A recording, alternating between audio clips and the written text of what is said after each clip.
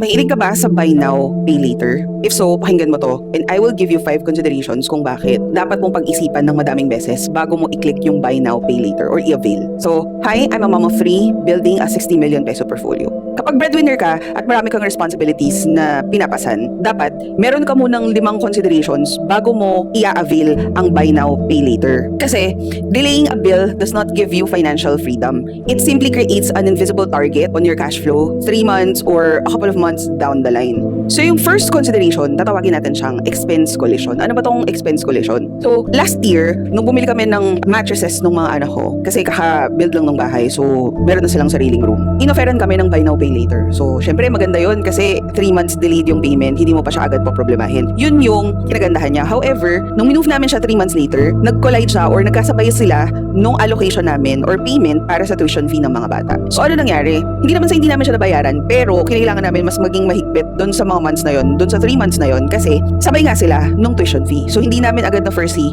na magkakasabay sila or magka-clash yung dalawang expenses na yon. Kasi 'di ba, meron tayong normal predictable expenses. Tapos kapag nagdagdag ka ng additional expense na hindi mo pa talaga siya nabilang, na plano, na consider sa budget mo, magiging stack siya or patong-patong na responsibilities. So dapat, iisipin mo muna 3 months, 6 months along the line. Meron ba tong makakasabay? Kung wala, okay lang. Kung meron, siguro dapat mong mas pag-isipan. Second, tracking chaos. Kasi syempre, kung hiwa-hiwalay yung dates ng buy now, pay later mo, mahirap na siyang i-track. So kung halimbawa, nag-avail ka sa isang department store ng buy now, pay later, tapos nag-apply ka rin sa app, tapos meron ka pa sa, I don't know, doon sa ibang mga credit facilities. Pag nagsabay-sabay yun, kagaya nung sinabi ko kanina, magkakaroon siya ng problema dun sa normal na spending mo.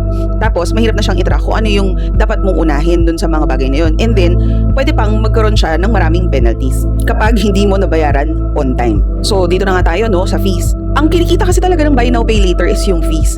Yung tiwala nila na mag-feel ka sa pagbabayad mo. Hindi yung dahil mababayaran mo siya on time. Nagbabank sila na hindi mo siya mababayaran on time para magbayad ka ng penalties. So kung tutuusin, sa buong mundo, parang yung data is showing na $44 billion na yung revenue engine ng buy now, pay later. I'm not sure how much sa Philippines exactly, pero meron din ako napanood na TikTok user na highlighting parang nagkakaroon pa siya ng increase every year dahil mostly ang mga people na nag-avail ng buy now, pay later is yung mga tao na walang credit card. Yan. So dapat natin yan pag-isipang mabuti kung kaya natin siyang bayaran on time para maiwasan yung mga late fees or penalty fees. Fourth, deferred time fallacy. Ibig sabihin nito, binibigyan ka ng ilusyon na 3 months siya, 0 interest. Wala mo na akong babayaran sa mga buwan na to na offer. Pero kung iisipin mo, kung hindi mo siya naplano, tapos hindi mo pa kinikita yung pera, tinatali mo na yung future na kikitain mo dun sa bagay na ginagamit mo na ngayon. So yung convenience na yun, inuna mo siya bago dun sa mga buwan-buwan mong responsibilidad.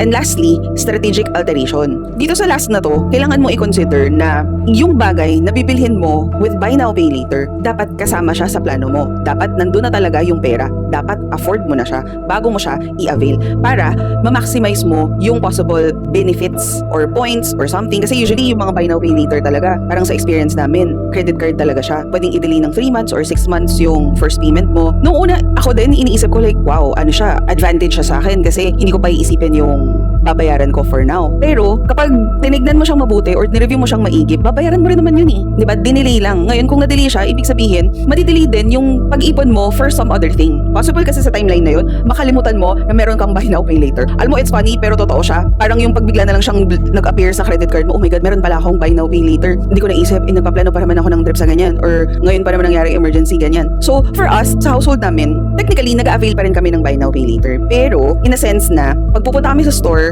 alam namin na yung amount na yun nasa bank na namin. So halimbawa, nung bumili kami nung power station, so yun, yung power station na yun, dahil nakapag-withdraw ko from previous investment, parang roughly 50,000, ang goal namin is bumili talaga ng power station. So nung bumili kami ng power station, parang umabot siya ng 60,000, chinarge namin siya sa credit card, pero look at it this way, meron na or nandun na sa account namin yung 50,000, inad na lang namin yung the rest kung ano man yung natira succeeding months, binayaran namin siya over 6 months and nakuha namin yung points sa credit card and hindi siya naging dagdag pasanin for us.